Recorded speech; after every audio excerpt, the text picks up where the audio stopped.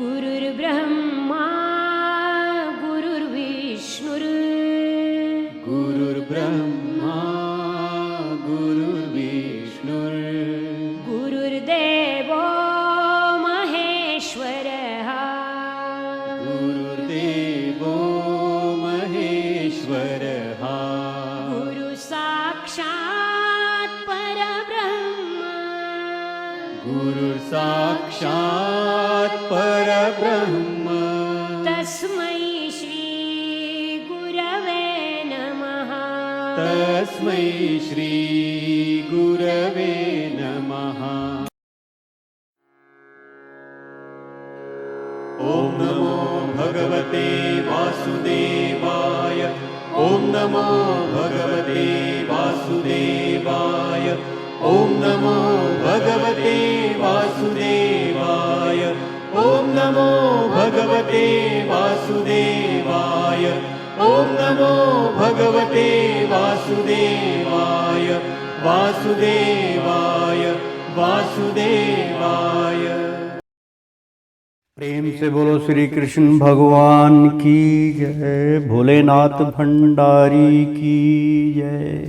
प्यारे भक्तों, मित्रों, भगवान के प्यारों, श्री हरि सचित्र श्री भागवत सुधा सागर सुख सागर भगवान वेद व्यास कृत श्री मद भागवत 12 सखंदों की सरल हिंदी व्याख्या श्लोक सहित प्रस्तुति की जा रही है। आचार्य श्री राजेंद्र कुमार सूर्यवंशी भगवान विष्णु नारायण की चरणों की धूल उनके मुख द्वारा भगवान श्री हरि का प्रसाद आप तक पहुंचा रहे हैं। ग्रहण करना मत भूलिए।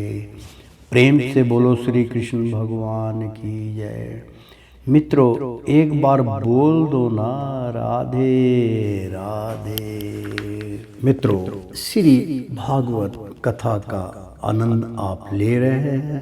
पंचम सखंड का 10वां अध्याय हम शुरू करने जा रहे हैं।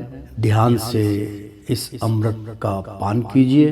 तो 10वां अध्याय जड़ भरत और राजा रघुगण गण की भेंट। बेटा, बहुत ऋषि मुनि संसार में हुए हैं जिनकी बार बार इसमें व्याख्या की जा रही है। छोटे से छोटे भी जो भगवान के भक्त थे उनकी भी इसमें उल्लेख किया जा रहा है। तो प्रेम से बोलो श्री कृष्ण भगवान की जय। श्री सुखदेव जी कहते हैं, राजन, एक बार सिंधु सौवीर देश का स्वामी राजा रघुगण पालकी पर चढ़कर जा रहा था। पहले पालकी चलती थी तो उस पे बैठ के राजा महाराजा जाया करते थे। तो चढ़कर जा रहा था। जब वह इक्षुमती नदी के किनारे पहुंचा तब उसकी पालकी उठाने वाले कहारों के जमादार को एक कहार की आवश्यकता पड़ी। कहार की खोज करते समय देववश उसे ये ब्राह्मण देवता मिल गए। तो ब्राह्मण देवता मिलने पर उन्हें देखकर उसने सोचा, यह मनुष्य हष्ट पुष्ट जवान और गठीले अंगों वाला है, इसलिए यह तो बैल या गधे के समान अच्छी तरह बोझा ढो सकता है। वह यह सोचकर उसने यानी कि इसलिए वह तो बैल या गधे के समान अच्छी तरह बोझा ढो सकता है, यह सोचकर उसने बेगार में पकड़े हुए अन्य कहारों के साथ इन्हें भी बलात्कार से पकड़कर, बलात्कार का मतलब होता है कि जबरदस्ती अचानक जिसके साथ ऐसा व्यवहार किया जाए, तो बलात्कार से पकड़कर पालकी में जोड़ दिया। महात्मा भरत जी यद्यपि किसी प्रकार इस कार्य के योग्य नहीं थे तो भी वे बिना कुछ बोले चुपचाप पालकी को उठा ले चले। वे द्विजवर कोई जीव पैरों तले दब ना जाए इस डर से आगे की एक बाण पृथ्वी देखकर चलते थे।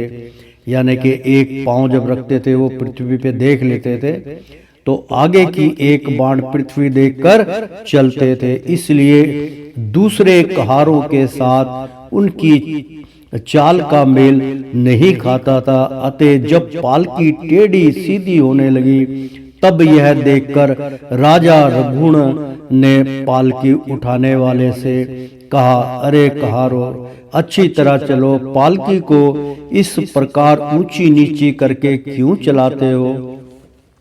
तब अपने स्वामी का यह हस्तक्षेप युक्त वचन सुनकर कहारों को डर लगा कि कहीं राजा उन्हें दंड ना दे। इसलिए उन्होंने राजा से इस प्रकार निवेदन किया, महाराज, यह हमारा प्रमाद नहीं है। हम आपके नियम मर्यादा के अनुसार ठीक ठीक ही पालकी ले चल रहे हैं। यह एक नया कहार अभी अभी पालकी में लगाया गया है, तो भी यह जल्दी जल्दी नहीं चलता। हम लोग इसके साथ पालकी नहीं ले जा सकते। कहारों के ये दिन वचन सुनकर राजा रघुण ने सोचा कि सह संसर्ग से उत्पन्न होने वाला दोष एक व्यक्ति में होने पर भी उससे संबंध रखने वाले सभी पुरुषों में आ सकता है। इसलिए यदि इसका प्रतिकार ना किया गया तो धीरे धीरे ये सभी कहार अपनी चाल बिगाड़ लेंगे। प्रेम से बोलो श्री कृष्ण भगवान की जय। ऐसा सोचकर राजा रघुण गण को कुछ क्रोध हो आया। यद्यपि उसने महापुरुषों का सेवन किया था, तथापि क्षत्रिय स्वभाव वश बलात्कार से उसकी बुद्धि रजोगुण से व्यापक हो गई और वह उन द्विज श्रेष्ठ से, जिनका ब्रह्मा तेज भस्म से ढके हुए अग्नि के समान प्रकट नहीं था, इस प्रकार व्यंग से भरे वचन कहने लगे, अरे भैया, बड़े दुखी की बात है। अवश्य ही तुम बहुत थक गए हो। ज्ञात होता है तुम्हारे इन साथियों ने तुम्हें तनिक भी सहारा नहीं लगाया। इतनी दूर से तुम अकेले ही बड़ी देर से पालकी ढोते चले आ रहे हो। तुम्हारा शरीर भी तो विशेष मोटा ताजा और हट्टा कट्टा नहीं है, और मित्र बुढ़ापे ने अलग तुम्हें दबा रखा है। इस प्रकार बहुत ताना मारने पर भी वे पालकी की ही भांति चुपचाप पालकी उठाए चलते रहे। उन्होंने उसका कुछ भी बुरा ना माना, क्योंकि उनकी दृष्टि में तो पंचभूत इंद्रिया और अंतरकरण का संघात, यह अपना अंतिम शरीर अविद्या का ही कार्य है और कार्य था। वह विविध अंगों से युक्त दिखाई देने पर भी वह सुस्त था ही नहीं। इसलिए उसमें उनका मैं मेरेपन का मिथ्या अध्यास सर्वथा निर्वृत्त हो गया था और वे ब्रह्मा रूप हो गए थे। किंतु पालकी अब भी सीधी चाल से नहीं चल रही थी। यह देखकर राजा रघुगण क्रोध से आग बबूला हो गया और कहने लगा, अरे यह क्या तू जीता ही मर गया है? तू मेरे निराधार करके मेरी आज्ञा का उल्लंघन कर रहा है। मेरा निरादर क्यों किया और आज्ञा का उल्लंघन कर रहा है? मालूम होता है तू सर्वथा प्रमादी है। अरे जैसे दंड प्राणी यमराज तन समुदाय को उससे अपराधों के लिए दंड देते हैं, उसी प्रकार मैं भी अभी तेरा इलाज किए देता हूँ, तब मेरे होश ठिकाने आ जाएंगे। रघुगण को राजा होने का अभिमान था, इसलिए वह इसी प्रकार बहुत सी अनाप शनाप बातें बोल गया। वह अपने को बड़ा पंडित समझता था, अतः रज तमु युक्त अभिमान के वशीभूत होकर उसने भगवान के अनन्य प्रीति पात्र भक्त वर भरत जी का तिरस्कार कर डाला। प्रेम से बोलो हरिनाथ की जय। योगेश्वर की विचित्र कहानी करनी का तो उसे कुछ पता ही ना था। उसकी ऐसी कच्ची बुद्धि देखकर वे संपूर्ण प्राणियों के सुहद एवं आत्मा ब्रह्माभूत ब्रह्मांड देवता मुस्कुराए और बिना किसी प्रकार का अभिमान किए इस प्रकार कहने लगे। जड़ भरत ने कहा, राजन, तुमने जो कुछ कहा वह यथार्थ है, उसमें कोई उलाहना नहीं है। यदि भार नाम की कोई वस्तु है तो ढोने वाले के लिए है, यदि कोई मार्ग है तो वह चलने वाले के लिए है, मोटापन भी उसी का है। यह सब शरीर के लिए कहा जाता है, आत्मा के लिए नहीं। ज्ञानी जन ऐसी बात नहीं करते। सुलता, कुशलता, अधि, वेहदी, भूख, प्यास, भय, कलह, इच्छा, बुढ़ापा, निंद्रा, प्रेम, क्रोध, अभिमान और शोक, ये सब धर्म देहाभिमान को लेकर उत्पन्न होने वाले जीव में रहते हैं। मुझ में इनका लेस भी नहीं है। राजन, तुमने जो जीने मरने की बात कही, सो जितने भी विकारी पदार्थ हैं उन सभी में नियमित रूप से ये दोनों बातें देखी जाती है, क्योंकि वे सभी आदि अंत वाले हैं।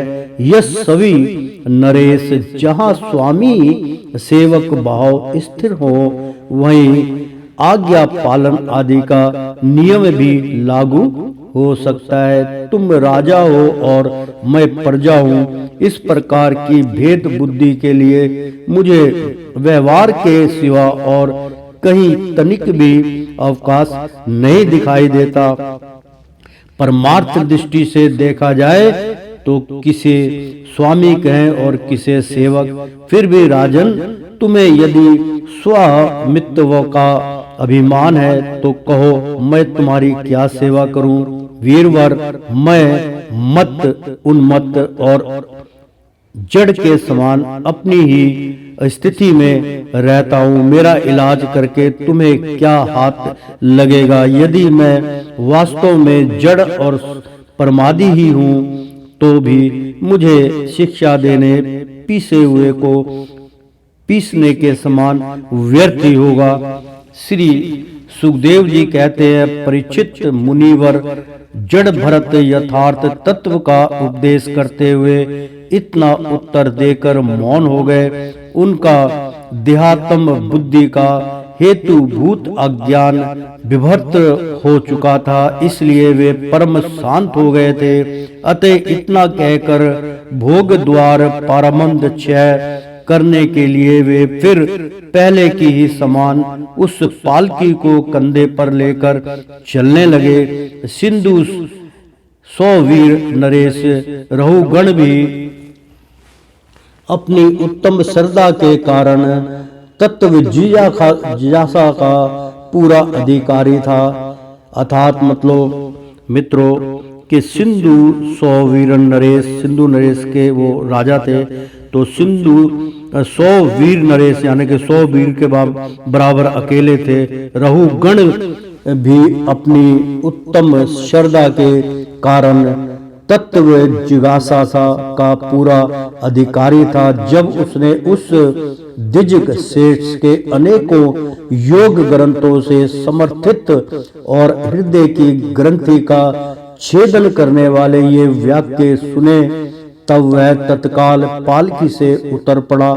उसका राजमद सर्वथा दूर हो गया और वह उनके चरणों में सिर रखकर अपना अपराध क्षमा कराते हुए इस प्रकार कहने लगा, देव, आपने दिज्जों का चिन्ह यज्ञोपवीत धारण कर रखा है। बतलाइए, इस प्रकार प्रच्छन्न भाव से विचरने वाले आप कौन हैं?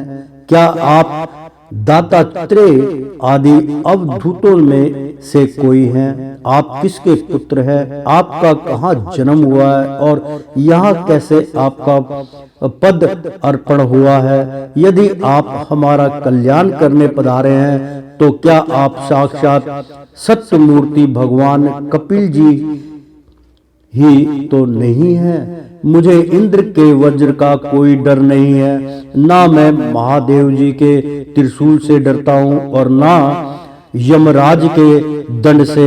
मुझे अग्नि, सूर्य, चंद्र, वायु और कुबेर के अस्त्र शस्त्रों का भी कोई भय नहीं है, परंतु मैं ब्राह्मण कुल के अपमान से बहुत ही डरता हूँ। अतः कृपया बतलाइए, इस प्रकार अपने विज्ञान और शक्ति को छिपाकर मूर्खों की भांति विचरने वाले आप कौन हैं?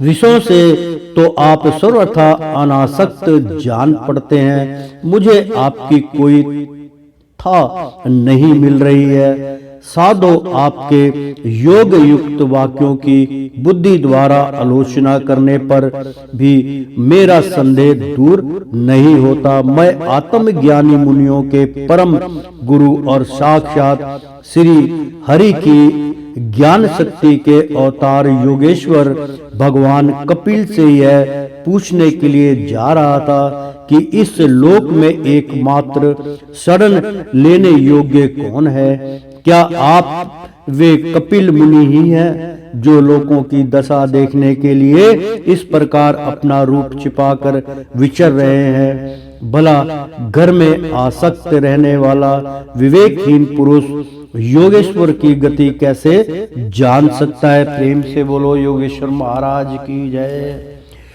तो मैंने युद्ध आदि कर्मों में अपने को श्रम होते हुए देखा है, इसलिए मेरा अनुमान है कि बोझा ढोने और मार्ग में चलने से आपको भी अवश्य ही होता होगा। मुझे तो व्यवहार मार्ग भी सत्य ही जान पड़ता है, क्योंकि मिथ्या घड़े से जल लाना आदि कार्य नहीं होता। देह आदि के धर्मों का आत्मा पर कोई प्रभाव ही नहीं होता। प्रेम से बोलो श्री कृष्ण भगवान की जय। ऐसी बात भी नहीं है। चूल्हे पर रखी हुई बटलोई जब अग्नि से तपने लगती है तब उसका जल भी खौलने लगता है और फिर उसे जल से चावल का भीतरी भाग भी पक जाता है। इसी प्रकार अपनी उपाधि के धर्मों का अनुवर्तन करने के लिए कारण दे इंद्रिय, प्राण और मन की सनिधि से आत्मा को भी उनके धर्म शर्मदि का अनुभव होता ही है। आपने जो दंड की व्यवस्था बताई सो राजा तो प्रजा का शासन और पालक करने के लिए नियुक्त किया हुआ उसका दास ही है। उसका जन्म ता आदि को दंड देना पीसे हुए को पीसने के समान व्यर्थ नहीं हो सकता, क्योंकि आपने धर्म का आचरण करना भगवान की सेवा ही है। उसे करने वाला व्यक्ति अपनी संपूर्ण परंपरा को नष्ट कर देता है। दीन बंधो, राज तत्व के अभिमान से उन्मत्त होकर मैंने आप जैसे परम साधु की अवज्ञा की है। अब आप ऐसी कृपा दृष्टि दीजिए और कीजिए जिससे इस साधु अवज्ञान रूप अपराध से मैं मुक्त हो जाऊं।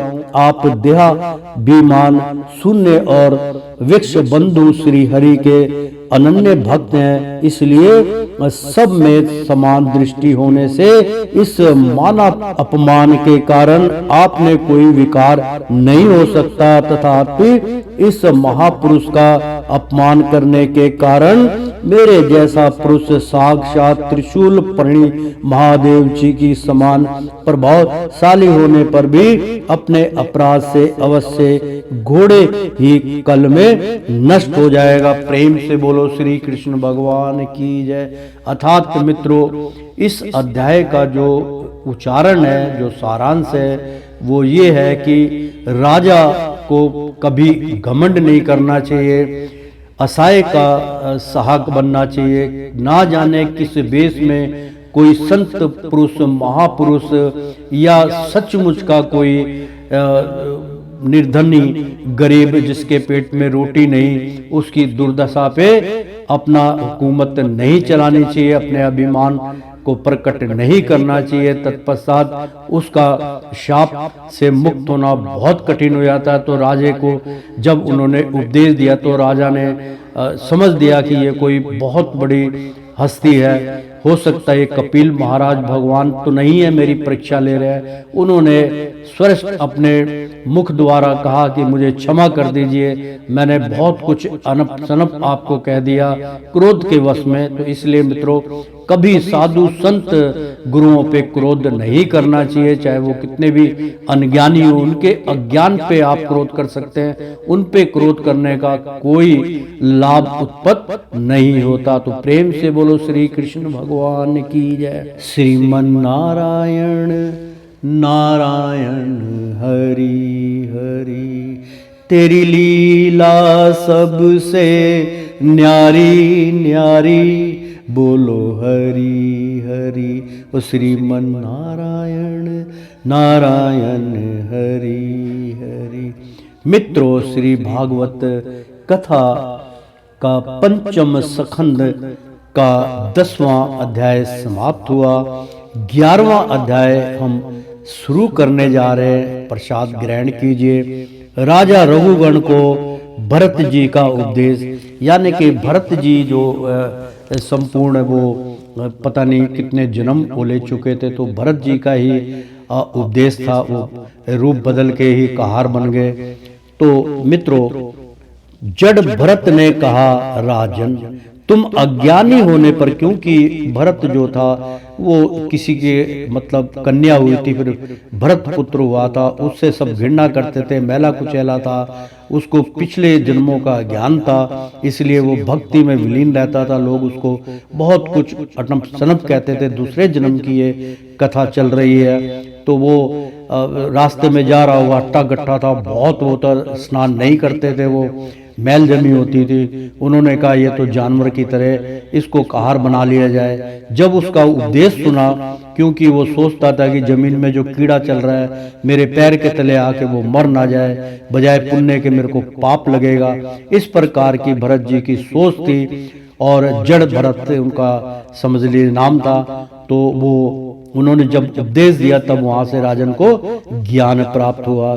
तो जड़ भरत ने कहा राजन तुम अज्ञानी होने पर भी पंडितों के समान ऊपर ऊपर की तर्क वितर्क युक्त बात कह रहे हो, इसलिए श्रेष्ठ ज्ञानियों में तुम्हारी गणना नहीं हो सकती। तत्व ज्ञानी पुरुष इस अविचार सिद्ध स्वामी सेवक आदि व्यवहार को तत्व विचार के समय सत्य रूप से स्वीकार नहीं करते। लौकिक व्यवहार के समान ही वैदिक व्यवहार ही भी सत्य नहीं है, क्योंकि वेद वाक्य भी अधिकतर गृहस्थ स्थल जनोचित यज्ञ विधि के उस विस्तार में ही व्यक्त है। राग द्वेष आदि दोषों से रहित विशुद्ध तत्व ज्ञान की पूरी पूरी अभिव्यक्तित्व पराय उनमें भी नहीं हुई है, जिससे गृहस्थोचित यज्ञ आदि कर्मों से प्राप्त होने वाला स्वर्ग आदि सुख संपन्न के समान है नहीं जान पड़ता। उसे तत्व ज्ञान कराने में साक्षात उपनिषद वाक्य भी समर्थ नहीं है। जब तक मनुष्य का मन सत्व रज अथवा तमोगुण के वशीभूत रहता है, तब तक वह बिना किसी अंकुश के उसकी ज्ञान इंद्रियां और कर्म इंद्रियों से शुभ कर्म करता रहता है। यह मन वासनामय विषयासक्त गुणों से प्रेरित विकारी और भूत इंद्रियों रूप 16 कलाओं में मुख्य है। यही भिन्न भिन्न नामों से देवता और मनुष्य आदि रूप धारण करके शरीर रूप उपाधियों के बेस से जीव की उत्तमकता और अधमकता कारण होता है। अर्थात मित्रों, बहुत सुंदर प्रसंग है, मैं इसका उच्चारण करके आपको बतलाता हूँ। जड़ भरत ने कहा, जो कहार बने थे राजन के, तो जड़ भरत ने कहा राजन तुम अज्ञानी होने पर भी पंडितों के समान ऊपर ऊपर की तर्क वितर्क बातें कर रहे हो, यानी कि तुम अज्ञानी होने पर तुम्हारे अंदर ज्ञान की क्षमता नहीं, क्योंकि अहम अहंकार के कारण तुम्हारा ज्ञान जो है उसी को तुम अभिमान को ही तुम जो है ज्ञान समझते हो, लेकिन शास्त्र उसको अन्य ज्ञानी समझता है। होने पर भी पंडितों के समान, यानी कि जो विद्वान लोग हैं उनके समान ऊपर ऊपर, यानी कि ऊपर ऊपर की मलाई दिखा रहे, नीचे पानी होता है, तो ऊपर ऊपर की तर्क वितर्क उसी के ऊपर ऊपर की आप बातें कर रहे हैं, तो तर्क वितर्क युक्त बात कह रहे हो, इसलिए श्रेष्ठ ज्ञानियों में तुम्हारी गणना नहीं हो सकती। कहने का तात्पर्य है कि जो ज्ञानी होता है वो अंतर्कण से आत्मा के स्वरूप मन की स्थिति को जान लेता है और अंतर्कण से ही उसको दुआ या बद्दुआ देता है। ऐसा ज्ञानियों में सर्वश्रेष्ठ माने जाते हैं। तो तुम्हारी गणना नहीं हो सकती, क्योंकि तुम ऊपर ऊपर से चापलूसी कर रहे हो। तत्व ज्ञानी पुरुष, यानी कि जो ज्ञानियों का तत्व है पुरुष, इस अविचार सिद्ध स्वामी सेवक, यानी कि वो उनके राजा के या अपने स्वामी के अपने तत्व ज्ञानी, जो तत्व ज्ञानी होते, जो तत्व जानते हैं ज्ञान का, वो ऐसे पुरुष इस अविचार, यानी कि ऐसे विचार सिद्ध, मतलब अविविचार अपने स्वामी के लिए कभी नहीं लाते। अविविचार सिद्ध स्वामी सेवक आदि व्यवहार को, यानी कि जो उनके साथ निर्वाह किया जाता है, जो उनके साथ व्यवहार किया था तत्व विचार के, उसके ऊपर विचार के समय सत्य रूप से स्वीकार नहीं करते। उस तरीके से सत्य रूप से वो स्वीकार नहीं करते, अपना टाइम पास करने वाली वो सब कुछ करते हैं। लौकिक जो मतलब लौकिक यानी कि परे का जो ज्ञान होता है, व्यवहार लौकिक व्यवहार के समान ही वैदिक व्यवहार भी सत्य नहीं है। अगर आप ऊपर जो परमात्मा जिस तरीके से लौकिक खुशबू होती है, लौकिक स्वर्ग लोक में उत्पत्ति होती है, और लौकिक जिसको आप नहीं जानते करिश्मा होता है, वो ऐसे व्यवहार आप करके दिखावा करते हैं, तो समान ही वैदिक मतलब जो उस प्रकार का आप कार्य करके दिखाते हैं व्यवहार भी सत्य नहीं है, क्योंकि ऐसा आचरण कभी नहीं। चोला बदल लेने से आदमी का अंतर्करण नहीं बदलता, इसलिए चोले के साथ साथ अंतर्करण भी बदलो, तब आदमी उस सत्य को जान सकता है। तो वैदिक व्यवहार भी सत्य नहीं है, क्योंकि वेद वाक्य जो वेदों में कहा गया, उनके अंदर जो वाक्य बतलाए गए हैं वो भी अधिकतर ग्रस्त जनोचित, यानी कि जो ग्रस्तों में फंसे हुए हैं, यज्ञ विधि के, यानी कि जो यज्ञ विधि करते हैं, विस्तार में ही व्यक्त है, उसमें मतलब अपना चित्त सब कुछ छोड़ ग्रस्त में ही वो उस प्रकार की यज्ञ विधि से विस्तार में ही व्यस्त रहते हैं, उसमें व्यस्त रहते हैं, घर की योग माया में फंसे रहते हैं। राग देश दी यानी बेमतलब के द्वेष आदि, यानी कि उनके अंदर राग द्वेष होते हैं जो अखंडित होते हैं, दोषों से रहित, ऐसे दोषों से वो रहित होते हैं। विशुद्ध तत्व ज्ञान की, यानी कि जो शुद्ध ज्ञान है वो उनके अंदर प्रवेश नहीं करता, तो वे विशुद्ध तत्व ज्ञान की पूरी पूरी अभिव्यक्ति प्राय, यानी कि प्रत्येक व्यक्ति के अंदर वो चीज उत्पन्न होती है, उनमें भी नहीं हुई है, जिसे ग्रस्त सोचित यज्ञ आदि कर्मों से प्राप्त होने वाला स्वर्ग आदि सुख स्वपन के समान है नहीं जान पड़ता। जिस प्रकार स्वपन है उसी प्रकार आप उनका विधि नहीं है। आप बेशक स्वर्ग की कामना कीजिए, कोई फायदा नहीं। उसे तत्व ज्ञान कराने में साक्षात उपनिषद वाक्य भी समर्थ नहीं है। ऐसे मूर्ख आदमी को जितना मर्जी ज्ञान दे दो, जिसका पात्र स्वस्थ नहीं है उस पात्र में प्रसाद मत डालिए। प्रसाद भी खाने के योग्य नहीं रहता, उसको गिरना पड़ता, वो मिथ्या चला जाता है। तात्पर्य यह हुआ, जब तक मनुष्य का मन, मित्रों यही मैं बार बार कह रहा था कि जब तक मनुष्य का मन सत्व गुण, रजो गुण अथवा तमो गुण के वशीभूत रहता है, तब तक वह बिना किसी अंकुश के उसके ज्ञान इंद्रियां और कर्म इंद्रियों से शुभाशुभ कर्म करता रहता है, यानी कि अपने ज्ञान के द्वारा तब तक वह बिना किसी अनसुख, बिना किसी रुकावट के उसकी ज्ञान इंद्रियां, यानी कि 5 ज्ञान इंद्रियां होती हैं, 5 कर्म इंद्रियां होती है। तो उनमें से जो महत्वपूर्ण इंद्रियों की बात हो रही कि ज्ञान इंद्रियां और कर्म इंद्रियों का शुभ शुभ कर्म करता रहता है। यह मन वश नाम है, यानी कि अपने बस में नहीं है। विषासक्त, जिस तरह विषैला हो जाता है, विषयासक्त है,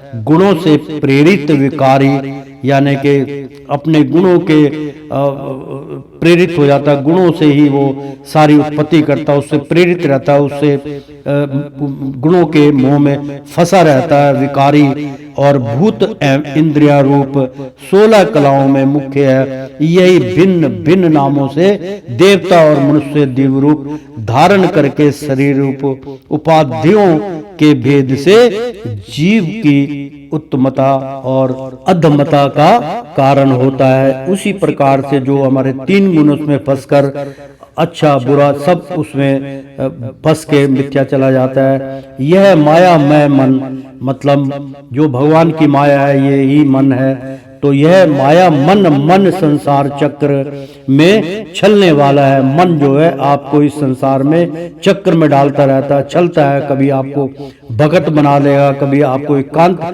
कर लेगा, कभी आपको कहेगा कि ये सब मिथ्या है, खा पी मौज कर। ऐसा मन चंचल होता है। यही अपनी देह के अभिमानी जीव से मिलकर, जो हमारा देव है वो बहुत, देह जो है अभिमान है, मैं बहुत खूबसूरत हूँ, मैं ताकतवर हूँ, मैंने ये किया, मैंने वो किया, मैंने अच्छा चोला धारण किया।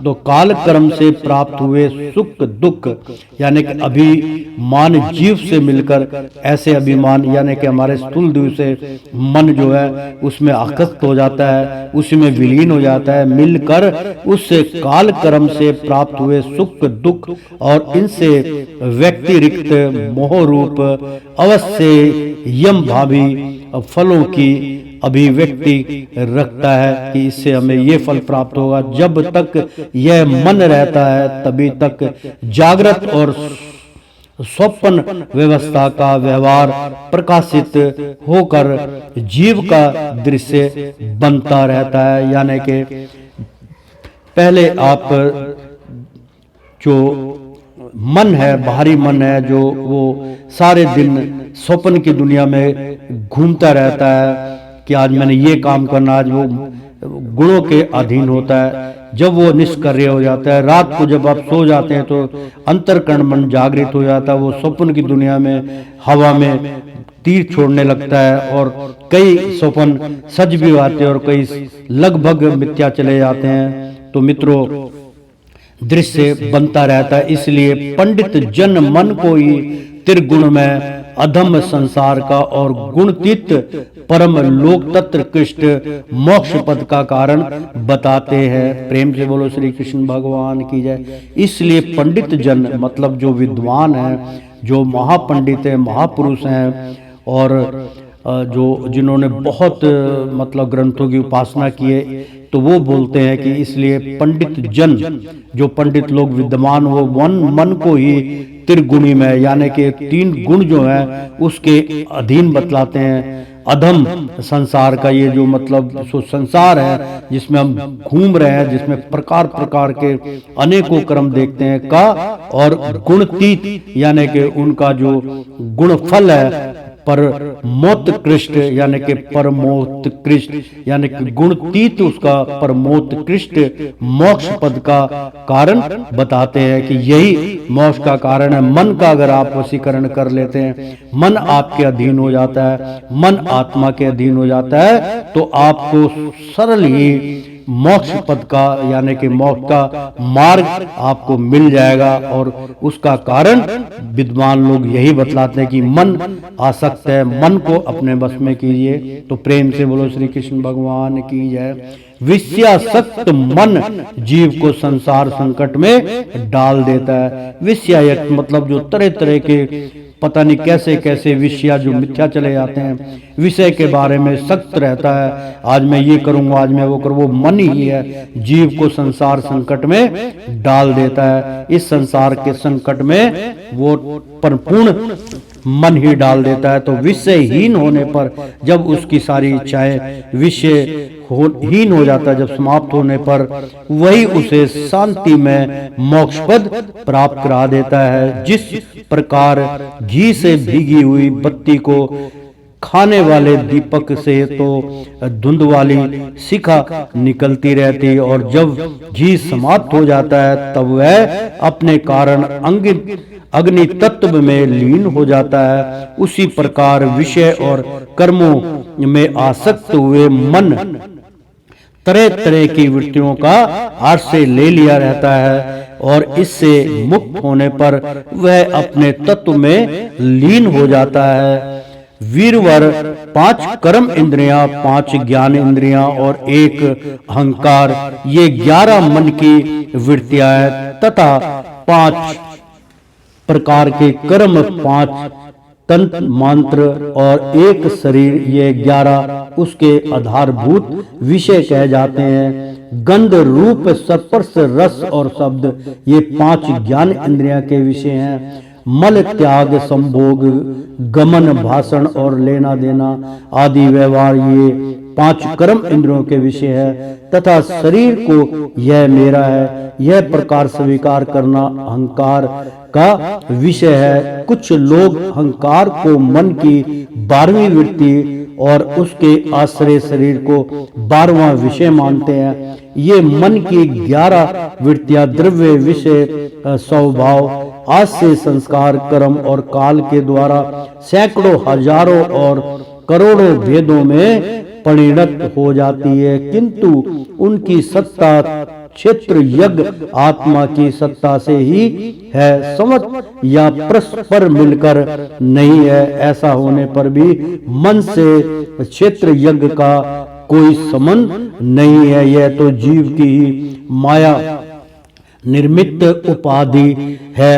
यह प्राय संसार बंधन में डालने वाले अविशुद्ध कर्मों में ही प्रवृत्त रहता है। इसकी उपयुक्त प्रवृत्तियां प्रभाव रूप से नित्य ही रहती है। जागृत और स्वप्न के समय वे प्रकट हो जाती है और सुषुप्त में छिप जाती है। इन दोनों की अवस्थाओं में क्षेत्र यज्ञ जो विशुद्ध चिन्ह मात्र है, मन की इस वृत्तियों को साक्षी रूप से देखता रहता है। यह क्षेत्र यज्ञ परमात्मा स्वर्ग व्यापक जगत का आदि कारण, परिपूर्ण अपरोक्ष स्वयं प्रकाश, अंजन्मा ब्रह्म आदि का ही भी नियंता और अपने अधीन रहने वाली माया के द्वारा सबके अंतरकरण में रहकर जीवों को प्रेरित करने वाला समस्त भूतों का आश्रय रूप भगवान वासुदेव हैं।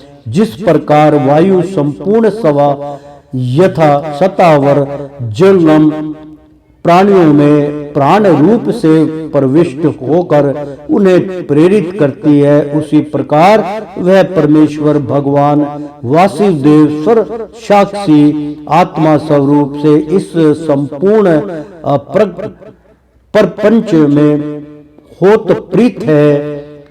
राजन, जब तक मनुष्य ज्ञान उदय के द्वारा इस माया का तिरस्कार कर सबकी आसक्ति छोड़कर तथा काम, क्रोध आदि 6 शत्रुओं को जीत कर आत्मा तत्व को नहीं जान लेता, और जब तक वह आत्मा के उपानिध रूप मन को संसार दुख का क्षेत्र नहीं समझता, तब तक वह इस लोक में यूं ही भटकता रहता है, क्योंकि यह चित्त उसके शोक, मोह, रोग, राग, लोभ और वैर आदि के संस्कार तथा ममता की बुद्धि करता रहता है। यह मन ही तुम्हारा बड़ा बलवान शत्रु है। तुम्हारे उपेक्षा करने से इसकी शक्ति और भी बढ़ गई है। यह यद्यपि स्वयं तो सर्वथा मिथ्या है, तथापि इसने तुम्हारे आत्म स्वरूप को आच्छादित कर रखा है। इसलिए तुम सावधान होकर श्री गुरु हरि के चरणों की उपासना के अस्त्र से इसे मार डालो। प्रेम से बोलो श्री कृष्ण भगवान की जय। और श्रीमन नारायण नारायण हरि हरि। प्रेम से बोलो श्री कृष्ण भगवान की जय। मित्रों, 11वें अध्याय का जो सारांश है वो कहते हैं कि मन जो है वही बहुत चंचल है। मन को कैसे वश में किया जाए, तो विद्वान लोग और हमारी जो ग्रंथ व्याख्या है, वेद जो है हमारे, ये कहते हैं कि भगवान के भजन से ही मन आसक्ति हो सकता है, अन्यथा मन जो है वो आपको इस संसार के से पार नहीं लगा सकता, इसी में आपको डुबो के रखेगा। इसलिए मन को आप काबू कीजिए। यानी कि 3 जो हमारे गुण हैं, रजोगुण, तमोगुण और सतोगुण, वो 12 उनकी उत्पत्ति होती है। 3 गुण है और 5 ज्ञान इंद्रियां हैं और 5 कर्म इंद्रियां हैं। वो सब कार्य करती हुई होती है, कार्य रहित कोई भी नहीं होती। और 11वां जो है वो अहंकार है, जिनके वशीकरण में जो हमारा देह नाशवान है। अहंकार कहता है कि ये देह ही सब कुछ है, मैं संचालन करने वाला हूं, ये सब कुछ मिथ्या है। मित्रों, अपने मन की स्थिरता को भगवान में लगाइए। प्रेम से बोलो श्री कृष्ण भगवान की जय। तो 11वां अध्याय यहाँ समाप्त हुआ। पंचम स्कंद का 12वां अध्याय हम शुरू करने जा रहे हैं। मित्रों, इस प्रसाद को ध्यान से ग्रहण कीजिए। रघुगण का प्रश्न और भरत जी का समाधान। राजा रघुगण ने कहा, भगवान, मैं आपको नमस्कार करता हूँ। अपने जगत का उद्धार करने के लिए ही यह देह धारण की है। योगेश्वर अपने परम नंद में स्वरूप का अनुभव करके आप इस स्थूल शरीर से उदासीन हो गए हैं तथा एक जड़ ब्राह्मण के वेश से अपने नित्य ज्ञान में स्वरूप को जन साधारण की दृष्टि से ओझल किए हुए हैं। मैं आपको बार बार नमस्कार करता हूँ। ब्राह्मण जिस प्रकार जवर से पीड़ित रोगों के लिए मीठी औषधि और धूप से तपे हुए पुरुष के लिए शीतल जल अमृत तुल्य होता है, उसी प्रकार मेरे लिए जिसकी विवेक बुद्धि को देहाभिमान रूप विषैले सर्प ने डस लिया है, यानी कि अर्थात बहुत सुंदर प्रसंग मित्रों, कि उसी प्रकार मेरे लिए जिसकी विवेक बुद्धि को देहाभिमान रूप विषैले सर्प ने डस लिया है, आपके वचन अमृत में औषधि के समान है। प्रेम से बोलो श्री कृष्ण भगवान की। तो देव, मैं आपसे अपने संशयों की निवृत्ति तो पीछे कराऊंगा। पहले तो इस समय आपने जो अध्यात्म योग में उपदेश दिया है उसी को सरल करके समझाइए। उसे समझाने की मुझे बड़ी उत्कंठा है। योगेश्वर, आपने जो यह कहा कि भार उठाने की क्रिया तथा उससे जो श्रम रूप फल होता है, वे दोनों ही प्रत्यक्ष होने पर भी केवल व्यवहार मूलक ही है, वास्तव में सत्य नहीं है। वे तत्व विचार के सामने कुछ भी नहीं है। अर्थात मित्रों, आपके वचन अमृत में, यानी कि जो भरत जी थे, उन्होंने अपने दूसरे जन्म में उनको जो मिले थे राजन जो मतलब रघुगण राजा थे, वो उनसे अपना ज्ञान प्रचार कर रहे। तो आपने वचन अमृत में औषधि के समान है कि एक मरे हुए आदमी को जीवित करने के समान आपकी वाणी है। देव, मैं आपसे अपने संशयों की निवृत्ति, यानी कि जो मैंने अच्छे बुरे कर्म किए हैं उसका पीछा कराऊंगा, उससे तो मैं पीछे कराऊंगा। पहले तो इस समय आपने जो अध्यात्म योग में उपदेश दिया है कि अंतरकरण में क्या क्या है, कैसे कैसे मन विचलित होता है, तो सरल करके समझाइए। उसे समझाने की मुझे बड़ी उत्कष्ट है, यानी कि बहुत सुनने का मैं उत्सुक हूँ।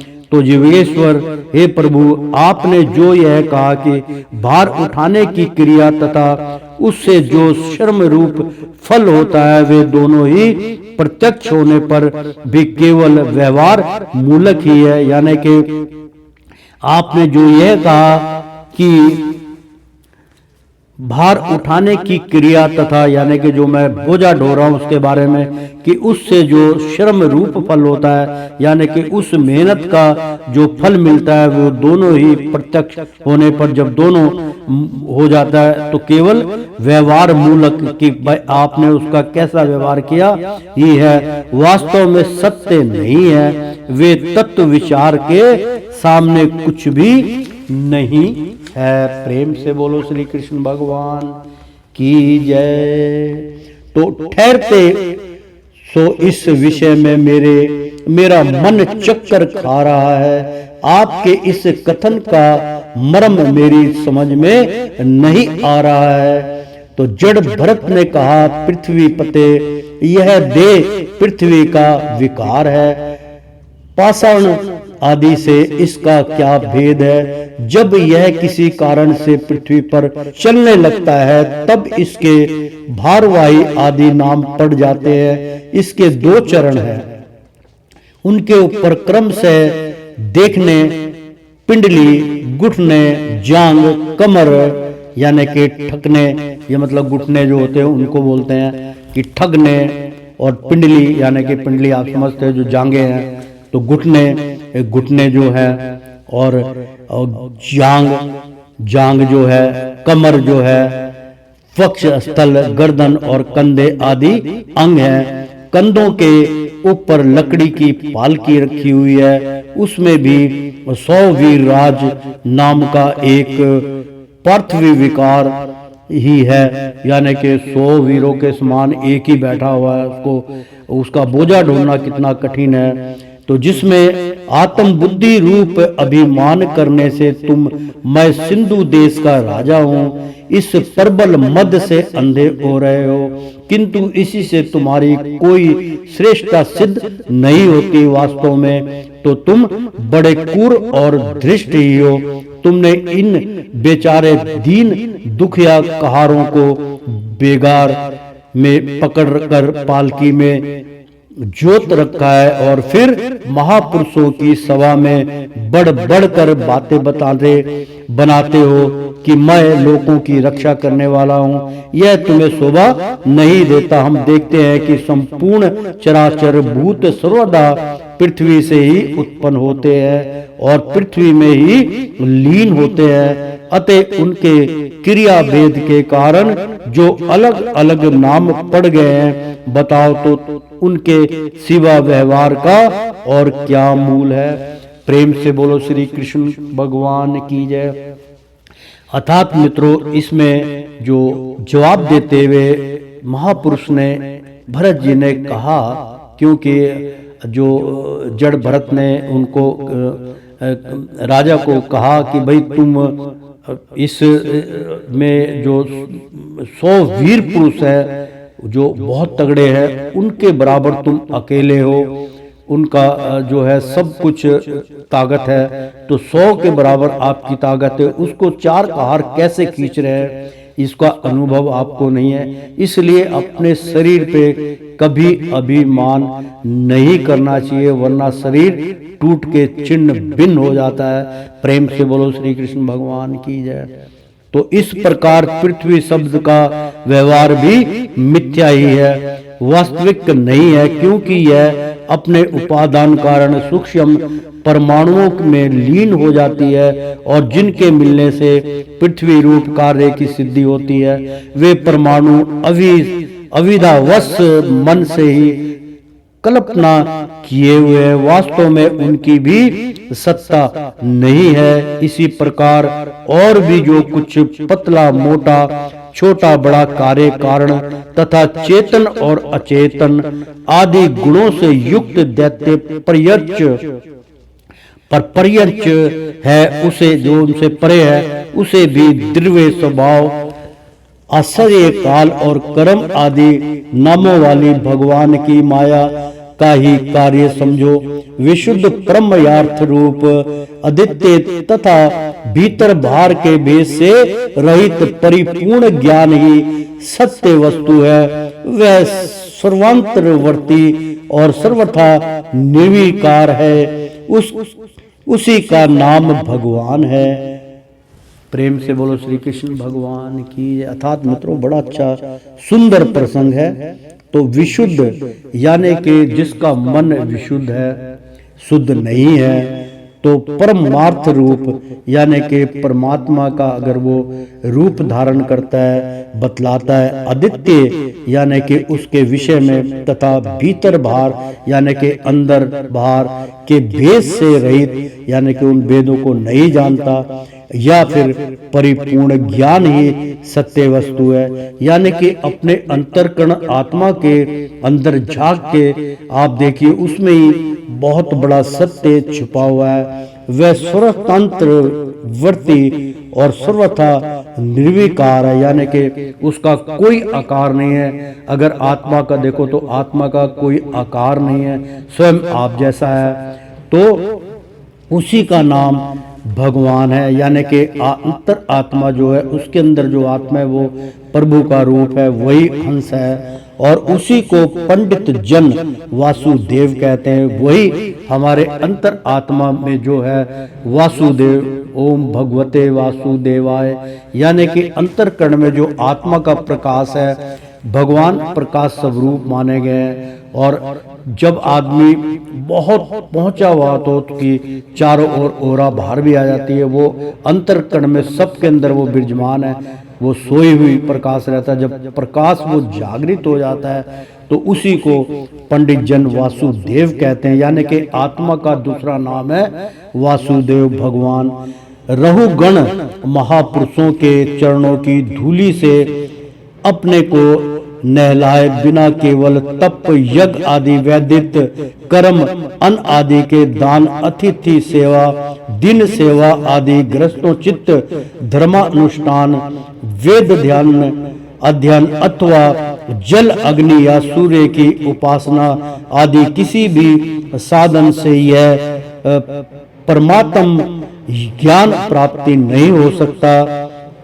इसका कारण यह है कि महापुरुषों के समाज में सदा पवित्र कीर्ति श्री हरि के गुणों की चर्चा होती रहती है, जिससे विषय वार्ता तो पास ही नहीं फटकने पाती। और जब भगवंत कथा का नृत्य प्रति सेवन किया जाता है तब वह मोक्ष कांड क्षणी पुरुष की यानी कि मोक्षाकांक्षी पुरुष की शुद्ध बुद्धि को भगवान वासुदेव में लगा देती है। प्रेम से बोलो वासुदेव भगवान श्री कृष्ण की जय। पूर्ण जन्म में मैं भरत नाम का राजा था। अब वो अपना स्वाभाविक रूप बतला रहे हैं कि मैं कौन हूँ। तो पूर्ण जन्म में मैं भरत नाम का राजा था। एक हिक और परलौकिक दोनों प्रकार के विषयों से विरक्त होकर भगवान की आराधना में ही लगा रहता था। तो भी एक मृग में आसक्ति होने जाने से मुझे परमार्थ से भ्रष्ट होकर अगले जन्म में मृग बनना पड़ा। किंतु भगवान श्री कृष्ण की आराधना के प्रभाव से उस मृग योनि में भी मेरी पूर्ण जन्म की स्मृति लुप्त नहीं हुई। इसी से अब मैं जन संग से डरकर सर्वदा अंग संग भाव से गुप्त रूप से ही विचारता रहता हूँ। सारांश यह है कि विरक्त महापुरुष के सत्संग से प्राप्त ज्ञान रूप खंडक के द्वारा मनुष्य को इस लोक में ही अपने मोह बंधन को काट डालना चाहिए। फिर श्री हरि की लीलाओं के कथन और स्वर्ण से भागवत स्मृति बनी रहने के कारण वह सुगमता से ही संसार मार्ग को पार करके भगवान को प्राप्त कर सकता है।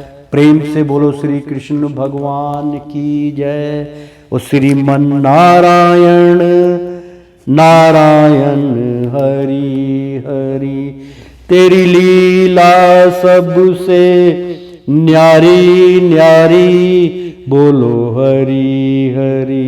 ओ श्रीमन नारायण नारायण हरि हरि।